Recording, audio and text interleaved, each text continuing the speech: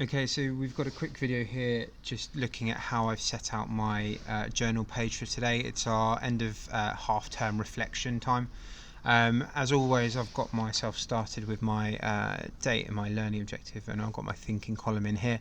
Just trying to vary up my titles for my thinking column just to keep it a bit interesting. I've got two main sections in my thinking column. I've got half of it I've taken up for thinking about what it means to be an explorer and exploring our learning, and I've got a second half down here where I'm looking at what it means to be developing my thinking.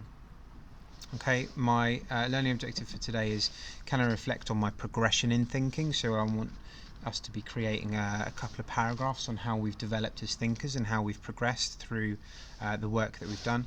And because we're thinking about how we've grown, I've decided just to turn my margin for my thinking column into a little vine here.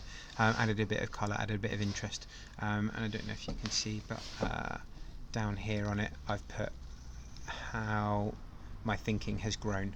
So I've been thinking about those things and thinking about how it's developed through the work that we've done. What I'm going to do when it comes to writing out on this page is I'm going to give myself some lines to write on, but I might make this a bit more interesting. I might give myself columns, I might give myself boxes or sections to write in. But remember, the key with all of those bits is to do the writing first and then to put the box or the design around it afterwards, because otherwise you can then wind up with a space that's too small or too big for your writing and it doesn't work well. And remember, one of the really good things about graphic design is that space between the elements. If you leave space between what you're doing, it tends to give yourself a really good impression on the page. The things that I've got for exploring, we've been through this in the lesson, but the bits that I've got here in terms of exploring, we've got our main aims. So following passions, seeking challenges, and aspiring to be the best. And what I want you to do is I want you to think about how you may have done some of these things through the work that we've done. You can reflect back to the biography we've done on Charles Darwin, or you can just focus on the work we've done on cultural diversity and refugees. These are the objectives that we want to be able to hit and want to be able to show through our work. Have we discovered passions or my place in the world? And actually there might be some interesting opportunities for writing around that in terms of learning more about refugees, where they come from, and about the struggles that other people have to deal with that we're not exposed to in our life. How can I reflect and make an informed choice? I think a lot of that comes down to how I can think about an issue and then how I can justify my own opinion on that. So if we've done work on that, which we certainly have, it's all about thinking about how you can take some time, reflect on an issue, look at it from different points of view, and then make an informed choice about that. And this one here, how have I taken myself out of my comfort zone? We've had some interesting discussions around this over the last couple of weeks, and particularly around this one in terms of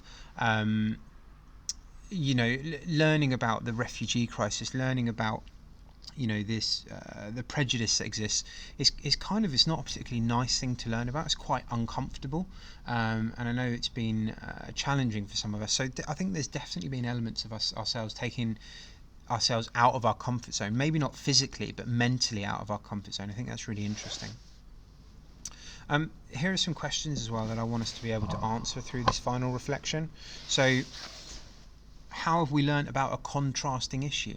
So think about what we've done in terms of seeing it from both sides. We've seen kind of quite extreme points of view and extreme prejudice, and then we've seen it from the other side, and we've kind of thought about what we can do with that. We've looked at this one here in terms of justifying an opinion. That's really, really important. And the difference here between unjustified and justified opinions is key. So that would be really good to explain that in a bit of detail about what you've learned from doing this in that way. How you've developed your thinking this half term. So that might be that you've gone from just being able to respond to something to actually being able to structure an argument in a really decent way and be able to back up your own opinion with evidence to make sure that your opinion is now justified. Okay? And then finally, this one here, what have you learned about challenging prejudice? How should we do it? When should we do it? Why is it important to do that? And I think it's really important that as a class we can reflect on what we've learned and think back to how everything that we've done over this course of our learning journey has fed into understanding and developing our thinking, because this is really important. Challenging prejudice, we can't just be a bystander, we can't just sit and watch it happen. We need to be confident in how we can approach something and what we do about it if we come across it, because unfortunately in life we will come across prejudice, and it's massive and really important that we know how to deal with that. So that's what's in my thinking column. That's what I want the reflection to be about. I want you to be thinking, how can you link back all through our learning and explain to me how you've been an explorer and how you've developed your thinking as well.